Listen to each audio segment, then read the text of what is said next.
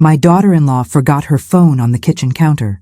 It buzzed, and there on the screen appeared a photo of my husband Marcus, who had died 3 years ago. I opened the message and felt my heart nearly leap from my chest at what I read. What I discovered destroyed my world. But before I continue, I want to get to know you too. Write the flag colors of the country you're watching from, and I'll try to guess. Who knows, maybe we're neighbors. Mama Carla, have you seen my phone? Tiana's voice echoed from the hallway while I remained frozen, staring at the device that now burned in my hands like a live coal. It's here in the kitchen, I managed to respond, trying to keep my voice steady while quickly locking the screen and placing the phone back on the counter. At 64 years old, I thought I'd lived long enough to no longer be surprised by life. 3 years had passed since I buried Marcus, my companion of nearly 4 decades. Cancer took him quickly, or at least that's what I'd always believed. Now, a simple notification brought questions I never imagined I'd have to face. Tiana entered the kitchen, her face lit by her usual smile. She was the perfect wife for my son Corey, or so we all thought. Always immaculate, always helpful, always present for weekly visits to her widowed mother-in-law. A role I despised but had come to accept in recent years. Thank you. I need to rush to the clinic. My patients must be waiting already. Tiana was a physical therapist, respected in the small Georgia town where we lived. She grabbed her phone, gave me a hurried kiss on the cheek, and left as quickly as she'd arrived, never noticing the storm she'd unleashed inside me. I remained seated in the kitchen chair for a long time, my hands still trembling, my mind filled with unanswered questions. The photo left no doubt. It was Marcus, younger than in his final years, wearing a blue shirt I'd never seen before. His smile was wide and genuine, something that had become rare in the last years of our marriage. And the message about Thursday meetings. During Marcus's final years of illness, Tiana frequently offered to take him to Thursday medical appointments. You already have so many worries, Mama Carla, she'd say with that perfect smile. Let me handle this. It's the least I can do. And I, grateful for the help, never questioned it. Now, memories began fitting together like pieces of a dark puzzle. The phone rang, interrupting my thoughts. It was Corey. Mom, everything okay? Tiana said you seemed strange when she left. I'm fine, I lied, my voice steadier than I expected. Just a stubborn headache. Take some medicine and rest. We can postpone Sunday lunch if you're not feeling well. I didn't respond immediately. Sunday lunch was standing. Actually, we could do something special. I have some things to discuss with both of you. There was a pause on the other end. Corey had always been sensitive to changes in my tone, a quality he inherited from his father. Did something happen, Mom? We'll talk Sunday, I deflected. Don't worry, everything's under control. I hung up before he could ask more questions. In truth, nothing was under control. For years, I believed I knew my husband like the back of my hand. Now, a simple notification had destroyed that certainty. I walked to the office that once belonged to Marcus. Since his death, I'd avoided touching his belongings. His desk remained as he left it, his books arranged on the shelves exactly as he'd organized them. It wasn't excessive sentimentalism, as Corey suggested, but simple acceptance. Time would pass, and eventually I'd gather strength to reorganize that space. Now, however, I was looking for answers. I sat in the worn leather chair Marcus had loved so much and began opening the drawers. The first was filled with meticulously organized documents, bills, bank statements, insurance policies. Marcus had always been extremely methodical with financial matters. The second contained pens, clips, the usual office items. The third was locked. I'd never noticed this before. Why a locked drawer? Marcus and I never kept secrets, or so I believed until a few hours ago. In the bottom drawer of the desk, I found a small set of keys. I tested them one by one in the mysterious drawer's lock until the third key fit perfectly. With my heart racing, I slowly pulled the drawer open. Inside was a brown envelope with no identification. I opened it with trembling hands and found dozens of photos. Marcus and Tiana together. Marcus and Tiana embracing. Marcus and Tiana smiling at the camera in front of a wooden cabin I'd never seen before. The dates printed on the backs of the photos revealed a 3-year story ending just before Marcus's death. What shocked me most wasn't the images themselves, but the expression on my husband's face. He looked alive, vibrant, radiant in a way I hadn't seen in our marriage for a long time. The last photo showed them both in front of the cabin, Marcus holding a handwritten sign, "Our Haven," away from prying eyes. Silent tears streamed down my face as I organized the photos chronologically on the desk. The story they told was unmistakable. While I took care of our house, maintained our friendships, planned our perpetually postponed vacations, my husband and my daughter-in-law were building a parallel life. At the bottom of the envelope, I found something even more devastating. A key with a small carved wooden keychain. On it, a single name, Haven, and beside the key, a small folded paper containing a location. Precise coordinates for a place in the mountains about an hour from town. I put the photos back in the envelope, placed the key in my pocket, and closed the drawer. My mind was strangely clear now, the initial sadness replaced by a cold determination I didn't recognize in myself. The phone buzzed again. It was a text from Tiana. "Forgot to mention I'll be a little late today. Have a meeting after work. Don't wait for me for tea." On Thursdays, Tiana always came for our afternoon tea, a tradition she'd started after Marcus's death. "To keep you from being alone with your memories," she'd explained with that studied kindness that now seemed so false. I looked at the clock, 2:30 p.m. There was enough time. I grabbed my purse, the car keys, and the envelope with the photos. Before leaving, I stopped in front of the hall mirror. A gray-haired lady stared back at me, her face marked by expression lines I'd always considered signs of a well-lived life. Now that face seemed to belong to a fool, a woman easily deceived by two people who were younger, smarter, more attractive. "No more," I whispered to my reflection. I turned on the GPS and entered the coordinates found with the key. The route showed a winding path through the mountains, ending in a secluded area far from the main road. While driving, my mind alternated between memories of the past and plans for the immediate future. What would I do when I reached the Haven? What did I expect to find? And more importantly, what would I do with whatever information I discovered? The road became narrower and more rugged as I climbed the mountain. Lush trees formed a green tunnel over the path, partially blocking the sunlight. Finally, the GPS announced I'd reached my destination. Ahead of me, partially hidden among century-old trees, stood a wooden cabin exactly like in the photos, Marcus and Tiana's Haven. I parked the car some distance away and sat for several minutes, observing the property. It seemed empty, silent under the afternoon light. The windows were closed, but the small front garden was surprisingly well maintained. Someone was keeping this place up. Someone continued visiting the Haven even after Marcus's death. With the key firmly gripped in my hand, I walked to the door. It fit perfectly in the lock, turning with a smooth click. I pushed the door slowly and entered. The interior was cozy and well decorated. A living room with a fireplace, a small kitchenette that was impeccably clean, and in the back, a door that presumably led to the bedroom. On the walls hung more photos of Marcus and Tiana in elegant frames. Above the fireplace, a larger photo stood out, the two of them on a beach at sunset, embraced and smiling. I recognized the shirt Marcus was wearing. It was a gift from me for our 35th wedding anniversary. The date printed in the lower corner of the photo showed it was taken just 1 week after our celebration, when he swore with tears in his eyes that I was the only true love of his life. Nausea hit me like a wave. I ran to what I assumed was the bathroom and vomited violently. When I finally managed to compose myself, I washed my face with cold water and stared at my reflection in the mirror. Red eyes, pale face, but still standing, still breathing, still thinking. I returned to the living room with renewed determination and began investigating systematically.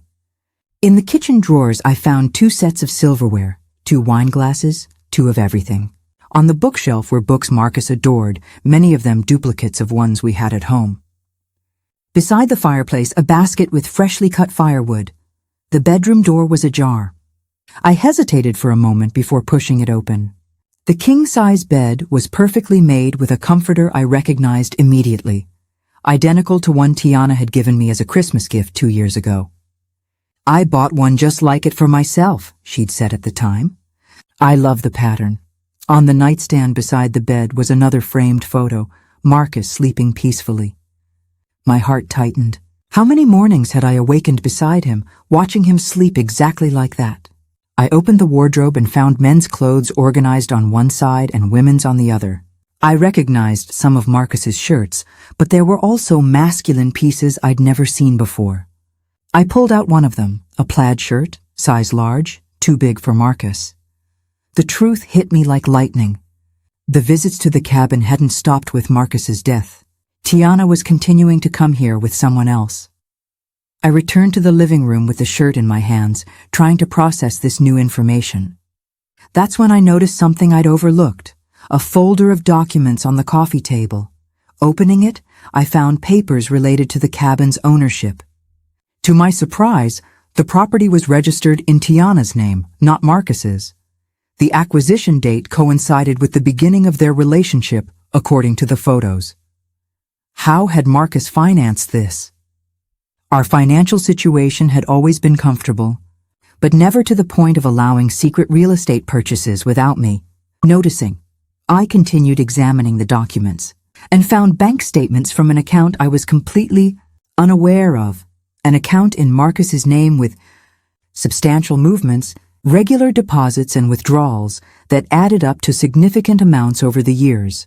Money diverted from where? Our savings seemed intact after his death. His pension, the investments, everything was as expected. Then I found something that made my blood run cold. A life insurance policy worth $1 million. A policy I'd never known about, with Tiana as the sole beneficiary. Contracted just 6 months before Marcus's death. I sat heavily on the sofa, trying to breathe. The puzzle pieces were forming a disturbing picture. The extramarital affair was just the tip of the iceberg. There was money involved, financial secrets, a $1 million life insurance policy. And then there was the cancer diagnosis, the rapid decline, those Thursdays when Tiana insisted on taking Marcus to the doctor alone. You get too upset during consultations. Mama Carla, let me handle this. I grabbed my phone and called Corey. I need Dad's medical records, I said without preamble when he answered. What? Mom, are you okay? No, I'm not okay. I need you to use your hospital access to get your father's medical files. All of them. Test results, consultation reports, everything. Mom, that's irregular. I could lose my job. Besides, why do you need this now? It's been 3 years. Carlos, I interrupted with a firmness that surprised us both. Do you trust Tiana? Silence on the other end. Do you trust your wife completely without any reservations? I insisted. Mom, what's happening? Tiana mentioned you seemed strange this morning, but this is scaring me. Answer my question. More silence, then a heavy sigh. I don't know anymore. In recent months I've noticed things. Strange behaviors, unexplained absences. I found suspicious messages on her phone last week, but when I confronted her, she said it was a persistent patient. She even showed me professional conversations with him to prove it. I closed my eyes, trying to control my emotions. My son, my only son, was also being deceived. Corey, I'm at the mountain cabin, the one your wife has kept secret for years, the place where she met with your father while he was still alive, and where she apparently continues meeting with another man now. What? The disbelief in his voice was palpable. That can't be true. Come here now, alone. Don't say anything to Tiana. Bring your laptop. We'll access your father's records together. I have the coordinates. I'll send them by text. Mom, Corey, please trust me. It's important. I hung up before he could ask more questions and immediately sent the cabin's location. While waiting, I continued investigating the property, preparing for whatever confrontation lay ahead. In the office adjoining the living room, I found more documents, more photos, and something I didn't expect, a diary. It was locked, but the small key was attached with a ribbon. Opening it, I immediately recognized Marcus's handwriting.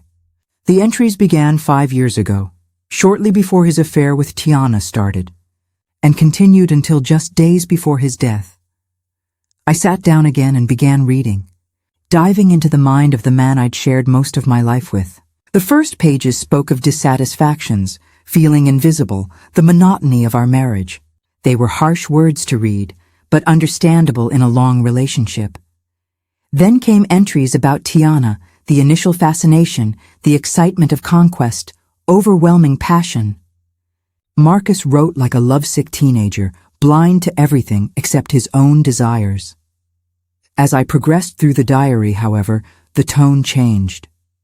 Guilt emerged, confusion arose, and then something unexpected: suspicions. T asks many questions about our investments, about the life insurance policy Tiana doesn't know we have. Today she suggested I increase the policy amount, said we could spend more time together if I had an adequate financial exit plan. What does she mean by that? And later, I haven't felt well for weeks. T insists it's just stress symptoms, that I don't need to see my regular doctor. She knows a specialist, says she'll schedule an appointment. The last entry, dated just 1 week before his death, sent chills down my spine. Something's wrong. Symptoms worsened dramatically after starting the new treatment. When I questioned T about the medications, she became defensive, almost aggressive. Tiana noticed I'm worse. She wants to take me to the university hospital for a second opinion. Maybe I should tell her everything. Maybe. The sentence ended abruptly, as if Marcus had been interrupted. Or worse. I heard a car approaching. Quickly, I gathered all the important documents, the diary, some of the most incriminating photos, and put everything in my purse. I didn't know what would happen next, but I needed to preserve this evidence. Through the window, I saw Corey parking. His face was tense, worried. As he walked toward the cabin, I noticed another vehicle appearing on the dirt road, still distant, but approaching rapidly. A silver SUV. Tiana's car. Mom. Corey entered the cabin, his eyes wide as he took in the cozy space. What is this place? How did you— We don't have much time, I interrupted, pointing through the window. Tiana's coming. Corey approached and saw his wife's SUV climbing the winding road. His face paled. She should be at the clinic until 6. Apparently she has other Thursday commitments, I replied, handing him some of the photos I'd found. Like she had with your father. I watched shock and pain spread across my son's face as he examined the images, his father and his wife together, happy, complicit. His knees buckled and he leaned against the wall. This can't be real. Corey, listen carefully. I touched his arm, bringing him back to immediate reality. I believe your father didn't die of natural causes. The cancer may have been real, but I think the outcome was accelerated. His eyes widened further. Are you suggesting that Tiana— I found a diary. Your father was suspicious of her motivations, especially about a life insurance policy I never knew about. He was planning to tell me everything, but died before he could. Corey closed his eyes momentarily, trying to absorb these devastating revelations. When he opened them again, I saw determination. What do we do now? I thought quickly, evaluating our options. We need those medical records, but we need to get out of here first. Tiana can't know we discovered this place. Too late for that, Corey whispered, looking through the window. The SUV had parked beside my car. Tiana was getting out, but she wasn't alone. A tall, gray-haired man accompanied her. I recognized him immediately. Dr. Lionel Price, the oncologist who treated Marcus in his final months. My God, Corey murmured. Hide in the bedroom, I ordered quickly. I want to hear what they have to say when they find me here. If things get worse, you intervene. Mom, this is dangerous. Go, I insisted, pushing him toward the hallway. Corey reluctantly obeyed, disappearing into the bedroom while I positioned myself calmly in the armchair near the fireplace, like a hostess awaiting visitors. The door opened seconds later. Tiana entered first, laughing at something the doctor had said. When she saw me, she froze, the laughter dying on her lips. Mama Carla.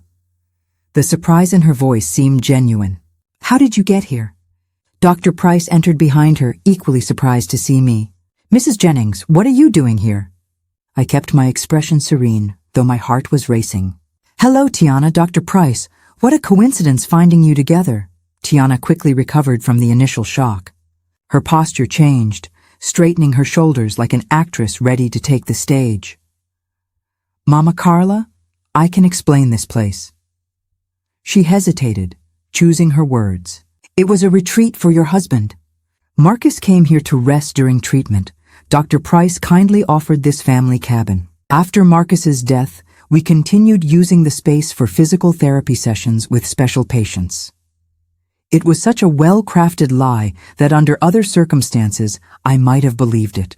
The ease with which she invented that story gave me chills. How interesting, I replied calmly. And these photos are also part of the special treatment?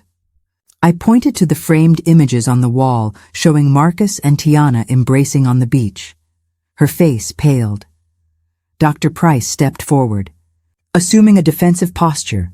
Mrs. Jennings, I understand this may seem inappropriate, but I assure you that your interpretation of the facts is incorrect. My interpretation? I kept my voice low, controlled. And what would be the correct interpretation, doctor? That my husband and my daughter-in-law maintained an extramarital relationship? That you, as his physician, were aware of this? Or perhaps that Marcus's rapid health decline wasn't just a result of cancer? Dr. Price paled. You're insinuating something very serious, ma'am. I'm not insinuating anything, I replied. I'm stating openly that I believe my husband was murdered and the motive was $1 million life insurance policy. Tiana laughed, a forced, shrill sound. Mama Carla, you're delusional. Marcus died of cancer. Everyone knows that. Everyone knows, I asked, standing slowly. Or everyone believes what you and the doctor here told us. Because you see, I found Marcus's diary. He suspected something was wrong with his treatment. He was planning to tell me everything, seek another medical opinion. The silence that followed was heavy, charged with tension. I saw the brief but revealing look Tiana and the doctor exchanged. Mama Carla, Tiana approached, her voice now soft, almost maternal. You're under a lot of stress. It's understandable. Marcus's loss, the loneliness, your advanced age, all of this can affect your perception of reality. My perception of reality? I repeated, anger growing inside me.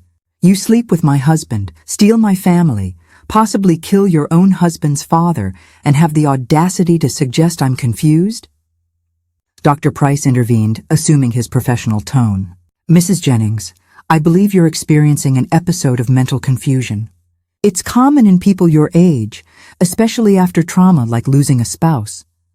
My age, I repeated slowly, recognizing their strategy. They wanted to make me seem senile, discredited. We should take her to the hospital, the doctor continued, exchanging another look with Tiana. Run some tests. Perhaps consider a psychiatric evaluation. Tiana nodded, moving closer. Come on, Mama Carla, let us take care of you. Corey will be worried if he knows you're having these delusions. I stepped back, maintaining distance between us. Don't touch me. Mama Carla, please. Tiana extended her hand, her tone increasingly condescending. Let's forget these absurd accusations. You're confused. That's all? I'm not confused, my voice was firm without trembling, and I'm not alone. At that moment, the bedroom door opened. Corey emerged, his face pale but determined, his phone in his hand. I recorded everything, he announced. Every word of this conversation. Tiana's expression transformed completely, from false affection to genuine shock. Corey, what are you doing here? Discovering the truth about my wife and my father. About his death. Dr. Price stepped toward the door. This is ridiculous. You have no idea what you're talking about. I'm leaving now. I wouldn't do that if I were you, Corey said, blocking the passage. The police are on their way. I called while listening to you two trying to manipulate my mother. Tiana stood motionless for a moment, calculating her options. Then, with a surprisingly quick movement, she lunged toward me, grabbing my purse. Where's the diary? Where are the proofs you claim to have? Her eyes blazed with dangerous desperation. I pulled away, but she grabbed my arm forcefully. You don't understand. It wasn't like you think Marcus was unhappy with you. We truly loved each other. And Dr. Price? I asked, pulling my arm away. Do you truly love each other too? Something flashed in her eyes, fury, perhaps shame. You understand nothing. I understand enough, I replied. I understand you seduced my husband, manipulated him to get a life insurance policy, and then did the same with his doctor to ensure the appropriate treatment. Her hand rose, ready to slap me, but Corey caught her wrist in midair. Don't even think about it, he warned, his voice low and dangerous. I'd never seen him like this, controlled anger, cold fury. At that moment, he looked very much like his father. Dr. Price took advantage of the distraction and ran for the door, but upon opening it, he came face to face with 2 police cars arriving. He froze like a cornered animal. The following minutes passed in a confused blur. Police entering, questions being asked, Tiana alternating between vehement denial and attempts to appear cooperative, the doctor demanding a lawyer, refusing to say anything.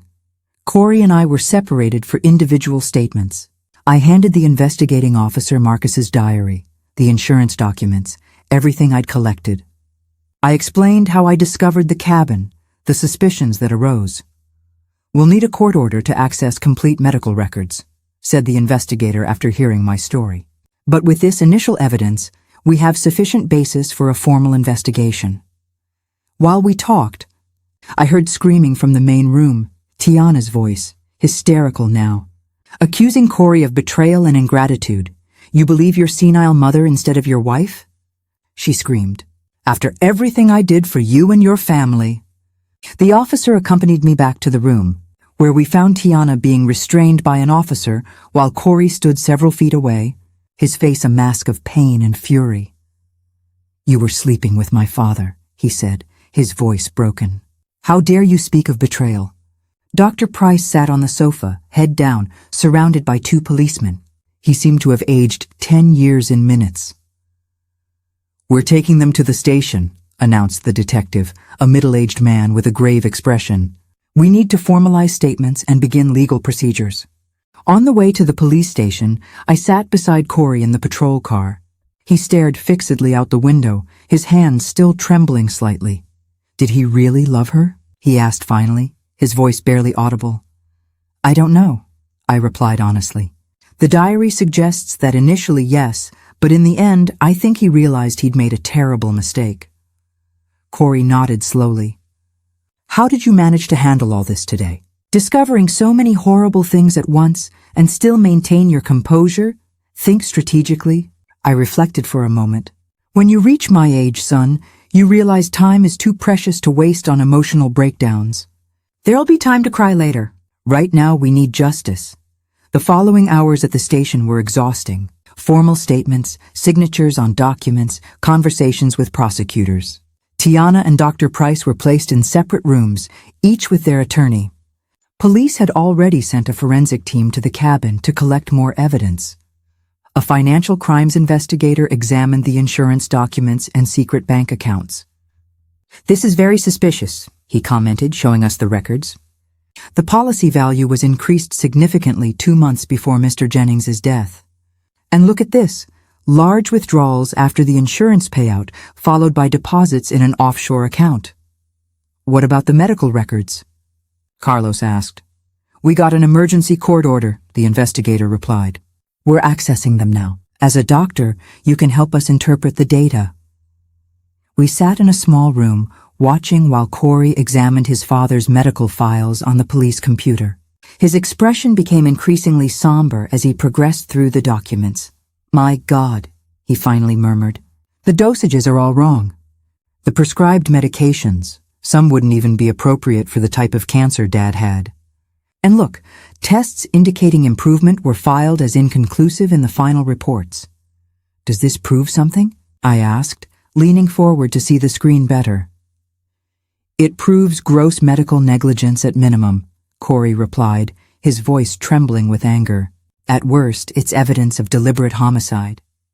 The detective, who'd been observing silently, nodded gravely. We'll request exhumation of your father's body. If there are traces of improper medications or lethal dosages, we'll have a solid case. How long will this take? I asked, suddenly worried that Tiana might escape somehow. Legal procedures take time, Mrs. Jennings, but I can guarantee the suspects will remain detained while we investigate. The initial evidence is strong enough for that. When we finally left the station, it was past midnight. Corey drove me home in silence, both of us too exhausted to talk. Only when he parked in front of my house did he speak again. I'm picking up Caleb from my mother-in-law's tomorrow, he said, referring to his 9-year-old son. I don't want him to know about all this yet. I don't even know how to explain it. He doesn't need to know all the details now, I replied softly. Just that his mother has problems and needs to stay away for a while. Corey nodded, staring at the steering wheel. Can I bring Caleb to stay with you for a few days? I need to sort out many things and the house. I can't imagine going back there now. Of course, I replied without hesitation. This will always be home for you both too. He hugged me for a long time before leaving, like he hadn't done since adolescence. I felt his tears wetting my shoulder but said nothing. Sometimes silence is the best comfort. I entered the house feeling every one of my 64 years. The weight of the day's events finally hit me when I sat in Marcus's favorite armchair in the living room. The memories, now stained by revelations of betrayal, seemed false, like photographs retouched to show happiness that never really existed. I cried then, finally allowing the repressed emotions to flow. Not just for the extramarital affair, that though painful, was just a symptom of something deeper. I cried for the life I believed I had, for the family I thought I possessed, for the story that now needed to be completely rewritten. The following days passed in a whirlwind of activity. Caleb arrived with a small backpack and many questions. Corey explained that his mother was sick and needed to stay in a special hospital for a while. The boy accepted the explanation reluctantly, but I could tell he suspected something more was happening. Meanwhile, the investigation advanced rapidly. The exhumation of Marcus's body was authorized, and toxicological analysis confirmed our worst suspicions. Elevated levels of medications that should never have been administered, some known to accelerate decline in cancer patients. Dr. Price broke first. In exchange for a plea bargain, he confessed to manipulating Marcus's treatment under pressure from Tiana. According to him, their affair began after Marcus's death, when she sought him out for emotional support. She showed me the cabin, he said, in the statement Corey later showed me. Said it was a special place for her and Marcus. I was vulnerable after my divorce, and she knew exactly how to manipulate me. Tiana, on the other hand, remained unwavering in her innocence. Her strategy changed several times. First, she completely denied the affair with Marcus, then admitted to the relationship, but denied any involvement in his death, and finally tried to place all blame on the doctor. I just followed Dr. Price's instructions, she insisted. If there was medical negligence or something worse, he's the only one responsible. I loved Marcus. Why would I do something to hurt him? The answer came from the financial records. The insurance money had been deposited into a joint account in her name and the doctor's at a bank in the Cayman Islands. Investigators discovered she'd researched undetectable medications and how to accelerate death by cancer on her personal computer, months before Marcus's death. 10 days after our discovery at the cabin, Tiana and Dr. Price were formally charged with aggravated murder. The news made headlines in local papers. Daughter-in-law and doctor accused of murdering businessman for $1 million insurance. I tried to protect Caleb from the scandal, but it was impossible to isolate him completely. Children at school commented, neighbors whispered when they saw us. The boy withdrew, becoming quiet and introspective. One evening, I found him sitting on the porch, staring at the stars. I sat beside him silently, waiting for him to feel comfortable enough to speak. "Grandma," he finally said. "Did Mom really kill Grandpa?" The question, so direct and painful, caught me by surprise. I considered lying, protecting him from the cruel truth, but something in the serious look of the boy told me he deserved honesty. "The police believe so," I replied carefully. And there's a lot of evidence suggesting it, but she'll still have a trial where she can defend herself. Caleb nodded slowly, processing the information. She didn't really love me, did she? My heart broke at that question. Caleb, people are complicated. Sometimes they do terrible things. But that doesn't mean they don't truly love. She said she loved me when other people were around, he continued, ignoring my attempt at comfort. But when we were alone, she barely talked to me. Always on her phone, always busy.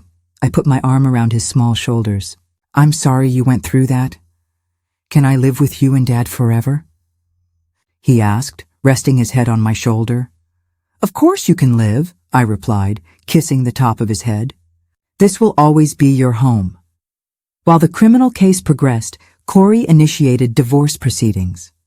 The betrayal and crime made the process relatively simple from a legal standpoint, though emotionally it continued to be devastating. We found a good therapist for Caleb, and gradually he began opening up again. Corey, meanwhile, threw himself into work and fatherhood, as if trying to compensate for Tiana's mistakes by being doubly present as a father. I kept myself busy, organizing the house to accommodate our new family arrangement, researching how to help children deal with trauma, and occasionally attending court hearings. Seeing Tiana handcuffed, wearing the gray prison uniform, still caused me a strange mixture of emotions, satisfaction at justice in progress, but also sadness at the complete destruction of a family. 6 months after the initial discovery, we received an unexpected phone call. It was Tiana's lawyer. She wants to speak with you, he told Corey when he passed me the phone. Says she has important information she'll only share personally with you and your mother. What kind of information? I asked suspiciously. She wouldn't tell me specifically, just that it's something you need to know about Marcus. Corey and I discussed the proposal at length. It could be just another manipulation, a desperate attempt to gain some sympathy before trial. On the other hand, if there were more secrets about Marcus, perhaps it would be better to know now than be surprised during the trial. Finally, we agreed to meet her. The meeting was scheduled at the prison with both parties' lawyers present. When we entered the visiting room, Tiana was already there, seated behind a metal table. She seemed to have aged years in just months. Her hair, once perfectly dyed and styled, showed gray roots. Her face was thinner, her eyes sunken. "Thank you for coming," she said, her voice hoarse, almost unrecognizable. "What do you want, Tiana?" Corey asked coldly without sitting. "Please," she indicated the chairs across from her. "This will take a while." Reluctantly, we sat down. She took a deep breath before beginning. "What I'm going to tell you won't help me at trial. It'll probably make my situation worse, but you deserve to know the whole truth." I exchanged a skeptical look with Corey. Tiana had always been an excellent actress. "Marcus wasn't my first affair in the family," she continued, looking directly at me. "Before him, there was Clarence. Clarence was Marcus's older brother, deceased 8 years ago in a car accident." "Clarence?" Corey repeated incredulously. "You barely knew him." "I knew him better than you imagine," she replied calmly. "We met secretly for almost a year before the accident." "Impossible," I protested. "Clarence lived in another city. He came to see me when he was in town on business. We met in hotels mainly." She paused. "The accident wasn't accidental." The silence that followed was almost palpable. "What are you saying?" Corey asked finally, his voice strangled. "I'm saying that Clarence discovered I was getting close to Marcus. He became furious, threatened to tell everything, said he would destroy my life." "And you killed him?" I concluded, my voice surprisingly calm. She nodded slowly. "Tampering with the car's brakes. He drove too fast on that mountain road. It was easy." Corey paled, leaning against the table. "Why? Why are you confessing this now?" "Because I don't want Caleb to grow up without knowing the complete truth," she replied, tears in her eyes. "He deserves to know what kind of person I really am." "Caleb?" Corey almost shouted. "You care about him now? After everything you've done?" "He's the only good thing I ever did in life," she said, her voice breaking. "The only one I truly loved." I looked at this woman, the confessed murderer of my husband and my brother-in-law, the manipulator who destroyed our family, and felt something unexpected. Pity? Not forgiveness, never that, but a sad understanding of how empty her life must have been to seek satisfaction in so much destruction. There's more, she continued, wiping away tears, about Marcus's money. Not all the insurance went to me and Price, half went to someone else. Who? Corey asked. Your cousin, Simone. Simone was Clarence's daughter, Marcus's niece, a troubled young woman who'd always lived on the family's margins. Simone, I repeated, confused. What does she have to do with this? She knew about me and Clarence, discovered it by accident, and blackmailed me for years. Later, she helped plan what happened with Marcus. She's the one who suggested the life insurance, who researched the medications. Price doesn't even know this. He believes the idea was all mine. The revelation left us stunned. Simone, who'd attended Marcus's funeral with apparently genuine tears, who visited us occasionally since then, expressing concern for Caleb. She still visits you, doesn't she? Tiana asked, observing our reactions. Still has access to Caleb. Corey stood up abruptly. We're done here. I'm calling the police immediately. Wait, I asked, holding his arm. I turned to Tiana. Why now? Why not use this information to negotiate a better deal? Because it would be my word against hers, Tiana replied. Without concrete proof. But if you investigate, you'll find the bank transfers, the coded messages. It's all there for those who know where to look. We left the prison in silence, both processing the new revelations. On the way home, Corey called the detective responsible for the case, briefly reporting what we'd discovered. We need to pick up Caleb from school now, he said afterward, his voice tense. Simone picked him up a few times last month when I was at the hospital. Said she wanted to help. A chill ran down my spine. Do you think she would do something to him? I don't know what to think anymore, Corey replied, accelerating the car. But I'm not taking any risks. We arrived at the school minutes later. I ran to the office while Corey checked the playground. Caleb Jennings, I said breathlessly to the secretary. I need to pick him up now. It's an emergency. The woman typed something into the computer, frowning. Caleb left about 20 minutes ago. He was picked up by Simone Price. She's on the list of authorized people. My heart raced. That's right. She's on the list. Corey returned at that moment, his face pale when he saw my expression. She took him. I nodded, unable to speak. Where would she take him?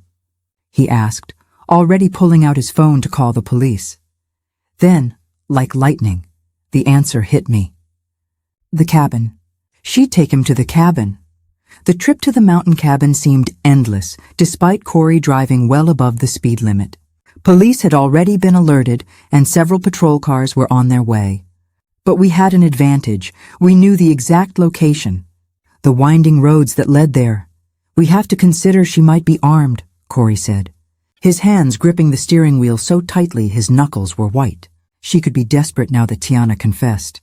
I nodded silently, trying to control the panic growing inside me. Caleb, my 9-year-old grandson, in the hands of a woman who'd helped plan 2 murders. The same woman who smiled at us at family gatherings, who brought gifts for Caleb on birthdays, who offered a friendly shoulder to Corey after Tiana's arrest. How much do you think Caleb knows? I asked finally, needing to break the agonizing silence. About Simone? Nothing, I hope. He's always seen her as the cool cousin who brings candy and lets him play video games late. We need to approach carefully, I said, thinking of strategies. If she realizes we know everything, Corey nodded, slowing down as we approached the dirt road entrance. He turned off the headlights, allowing the car to advance almost silently along the darkened trail as dusk fell. In the distance, the cabin was just a silhouette against the reddened sky, but the lights on indicated someone was there. Corey parked several hundred meters away, hiding the car among the trees. We'll approach on foot, he whispered, opening the glove compartment and retrieving something that surprised me. A small gun. Concealed carry permit, he explained, seeing my expression. I never thought I'd need to use it. Do you know how to use that? I asked, worried. I took shooting lessons when I got the license. We walked silently through the forest, carefully approaching the cabin. When we got close enough, we crouched behind some bushes, observing. Through the living room window, we could see Simone moving from side to side. She seemed agitated, talking on the phone. There was no sign of Caleb. Where is he? Corey murmured anxiously. As if in answer to his question, the bedroom door opened, and Caleb appeared carrying a backpack. He seemed calm, even excited.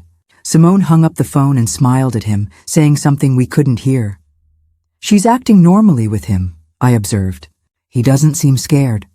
She doesn't want to alarm him yet, Corey replied. She probably told him some story about a surprise camping trip or something like that. We saw Simone check her watch, then grab her own bag. They were preparing to leave. We have to act now, Corey decided, before they get in the car.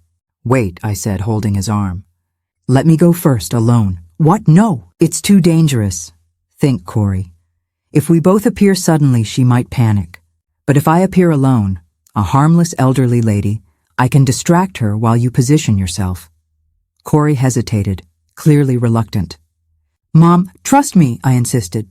I know what I'm doing. Finally, he nodded, but not without giving me specific instructions. I'll circle around the cabin and try to enter from the back.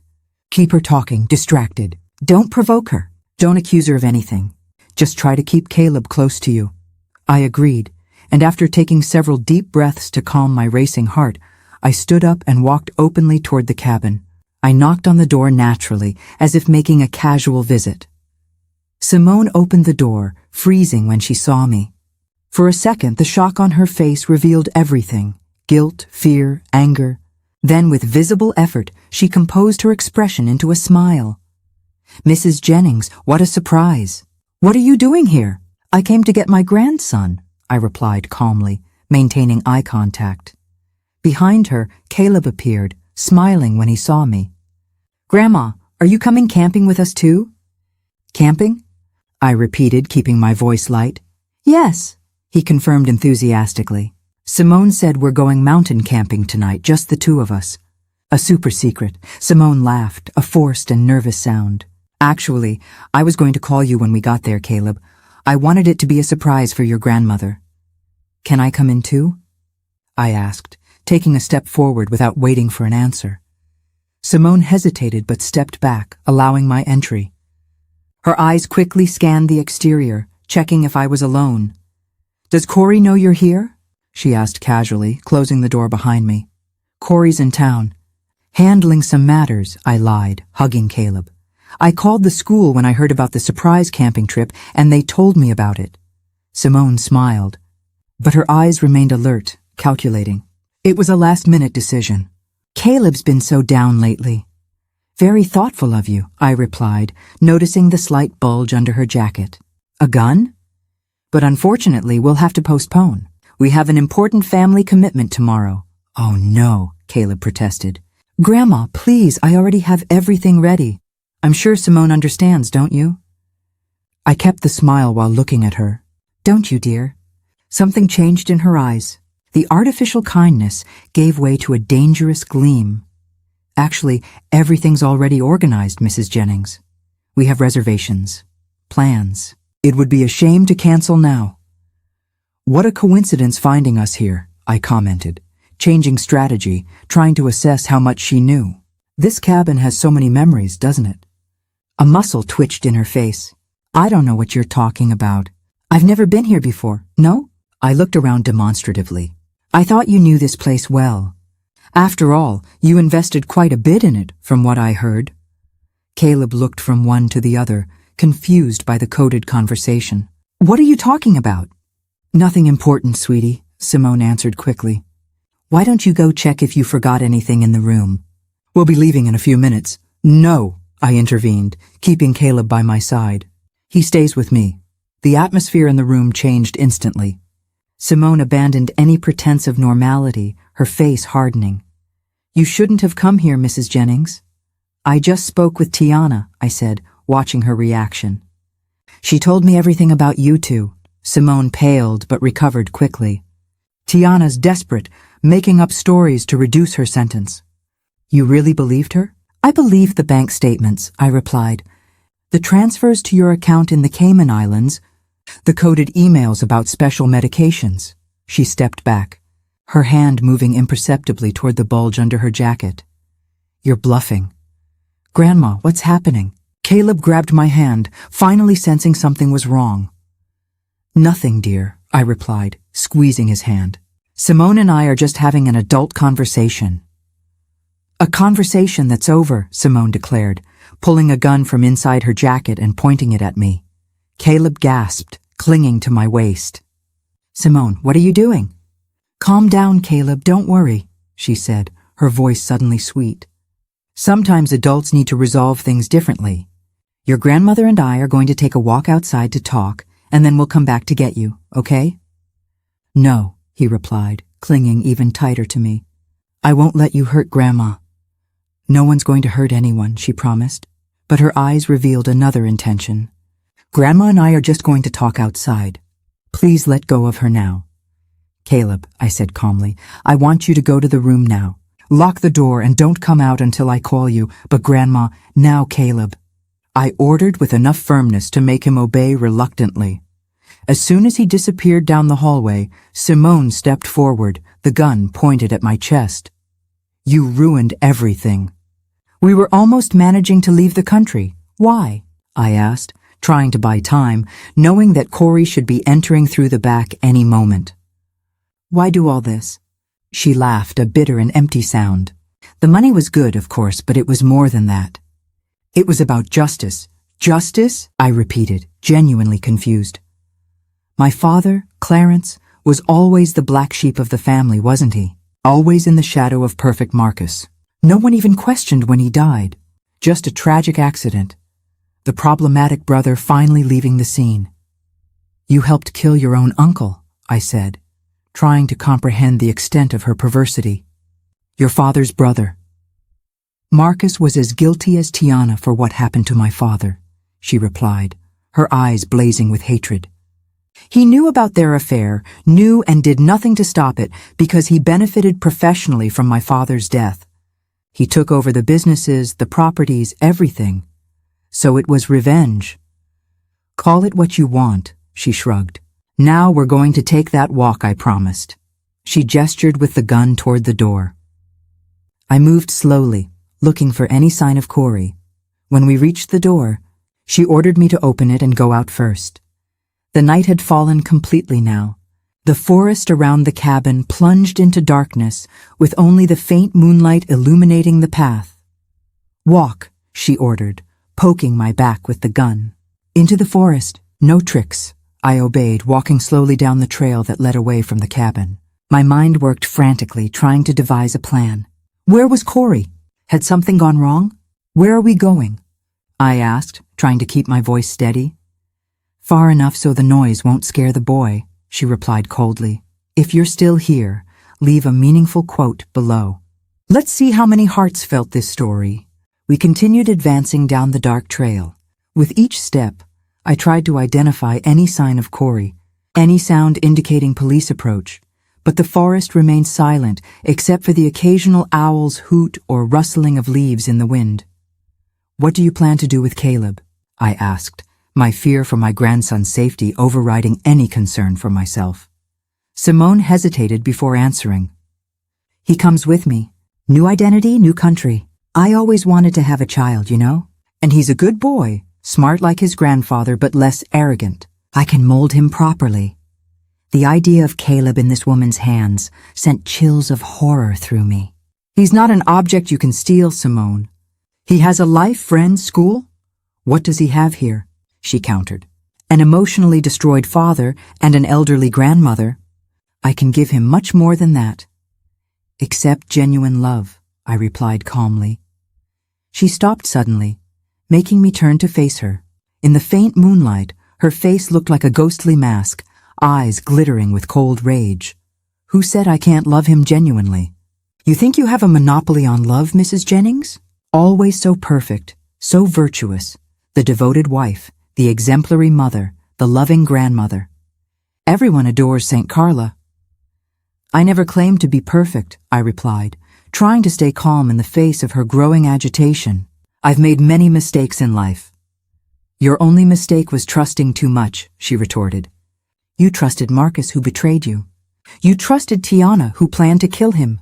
You trusted me, who intended to take your grandson. So much naivety in one person. While she spoke, I noticed subtle movement among the trees behind her. A brief flash. Could it be Corey? I needed to keep her distracted, talking. Maybe you're right, I admitted. Maybe I am naive for believing people are fundamentally good, that even those who make mistakes have some goodness within them. Goodness? She laughed, the sound echoing strangely in the silent forest.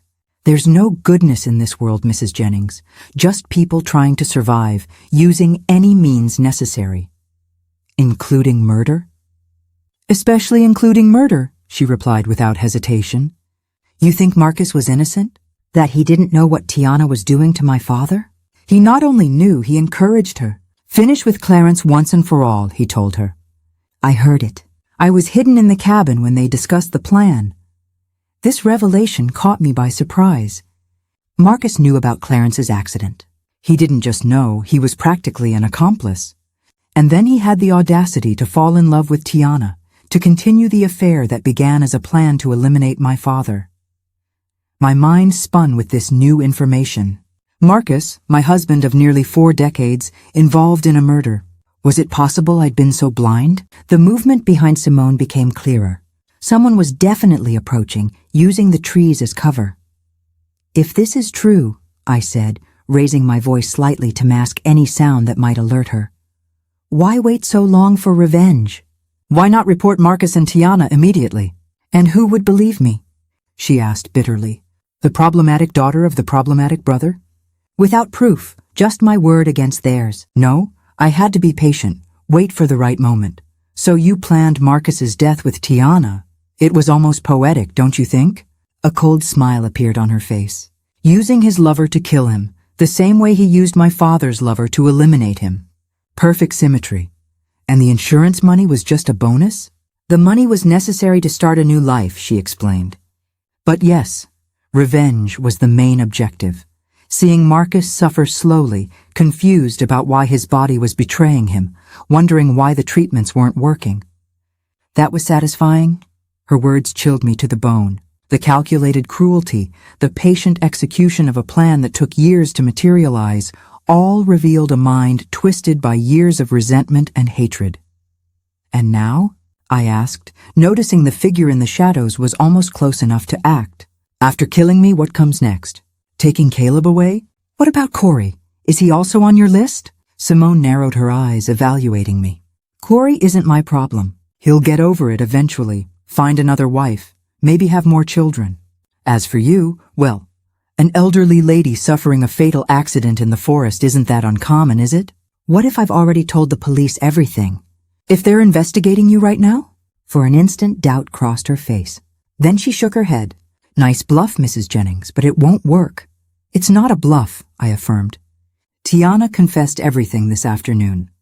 She mentioned your name, the bank transfers, the plans to eliminate Marcus. The police should be arriving any moment. Her finger tensioned on the trigger. Then it seems I have nothing to lose, doesn't it? You still have a choice, I insisted, buying time. The figure behind her was now just a few meters away. You can surrender, cooperate with authorities. Maybe there are mitigating circumstances, considering Marcus's involvement in your father's death. She laughed, an empty sound without humor. Always the optimist, aren't you, Mrs. Jennings? Always believing in the best of people, even when they're about to kill you. Always, I confirmed, keeping my eyes fixed on hers to avoid alerting her to the approach from behind. That's my strength. I'd say it's your weakness, she declared, raising the gun to aim at my head. It always was. I'd say it's my strength, I replied calmly. At that moment, several things happened simultaneously. A voice shouted, "Now!" Car headlights illuminated the area, and Corey emerged from the shadows, lunging at Simone. The gun fired, the sound echoing through the forest, but the shot missed, lost among the trees. Both fell to the ground, fighting for the weapon. "Mom, run!" Corey shouted, trying to immobilize Simone's arms, but I couldn't leave him alone. Instead of fleeing, I grabbed a thick fallen branch and, gathering all the strength I had, struck Simone's hands. She screamed in pain, the gun falling onto the soft earth. In the same instant, police officers emerged running, weapons drawn, shouting orders. "Police! Don't move!" Corey rolled away from Simone, who was quickly surrounded and handcuffed by officers. While they took her away, she looked at me with a mixture of hatred and something that almost seemed like admiration. "You're stronger than you appear." "Old lady," she murmured. "I always have been," I replied simply. Paramedics approached to check if we were injured. Corey hugged me tightly, trembling slightly. "Caleb," I suddenly remembered. "He's still at the cabin." We ran back, finding more police already at the property. One of them informed us they'd found Caleb locked in the room, scared but unharmed. When I entered the living room, I saw my grandson sitting on the sofa, wrapped in a blanket, talking with a female officer. Seeing me, his eyes lit up and he ran into my arms. "Grandma, are you okay?" I heard a gunshot. I hugged him tightly, feeling his tears wetting my blouse. "I'm fine, sweetheart. We're all fine now. Simone is bad, isn't she?" he asked, looking at me with eyes that seemed much older than his 9 years. "She was going to hurt us." "Simone is sick," I replied carefully. "She did very bad things and now she'll get help." "She can't hurt anyone anymore. Did she kill Grandpa?" The direct question caught me off guard. I looked at Corey, who knelt beside us. "She helped make that happen, yes," he answered softly. "But now she can't hurt anyone anymore. She'll be locked up for a very long time." Caleb nodded solemnly, processing the information with surprising maturity. "Can we go home now?" "Yes, my love," I replied, kissing his forehead. "Let's go home." The following weeks passed like a whirlwind of statements, court hearings, and therapy sessions. Caleb, surprisingly resilient, adapted to the new reality more easily than we expected, though he occasionally woke at night screaming about Simone's gun. Corey and I took turns comforting him, assuring him he was safe, that the monsters had been captured.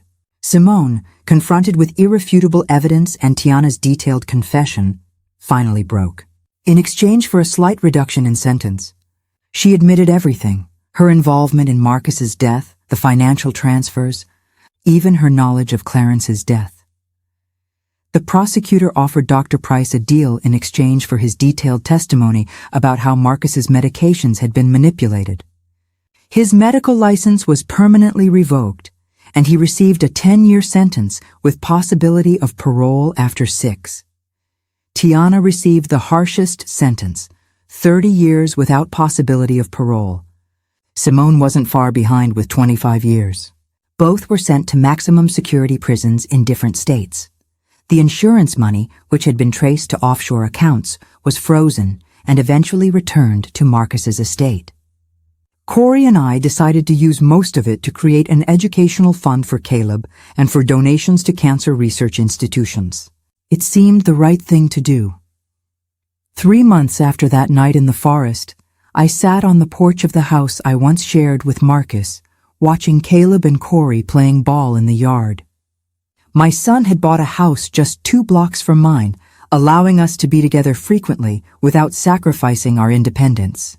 "Grandma, look," Caleb shouted, performing an elaborate maneuver with the ball. "I learned this at school today." I applauded enthusiastically, marveling at his ability to find joy again after so much trauma. Children have a resilience that we adults often envy. Corey approached, sitting in the chair beside me. "He's much better, isn't he?" "Surprisingly well," I agreed. "The therapist says he's processing everything in a healthy way." We sat in silence for a moment, watching Caleb kick the ball against a tree, creating his own game. "I received a letter today," I commented finally. "From Tiana." Corey visibly tensed. "What does she want now?" "Forgiveness, apparently," I replied, taking the folded envelope from my pocket. "Says she found God in prison, that she's genuinely sorry for everything she did." "Do you believe her?" I thought for a moment, remembering the young woman who'd entered our lives like a ray of sunshine, only to poison everything she touched. "I don't know," I admitted honestly. "People can change, I suppose, but some stains are too deep to be completely removed. Will you respond? I haven't decided yet, I confessed. Part of me wants to turn the page completely, leave the past in the past. And the other part? Wants answers, he completed. I understand. I also have questions that remain unanswered. How could I live with her for 12 years and never realize who she really was? How could I be so blind? I placed my hand over his. Love makes us vulnerable, Corey. It's not weakness to believe in the best of people we love. As I looked at the distant mountains visible on the horizon, I thought about how my life had changed completely in the last year. The discovery of betrayal, the revelations about Marcus's murder, the danger we faced, the reconstruction of our family on new foundations. It all seemed almost unbelievable. Yet there was a strange peace in finally knowing the truth, however painful it was.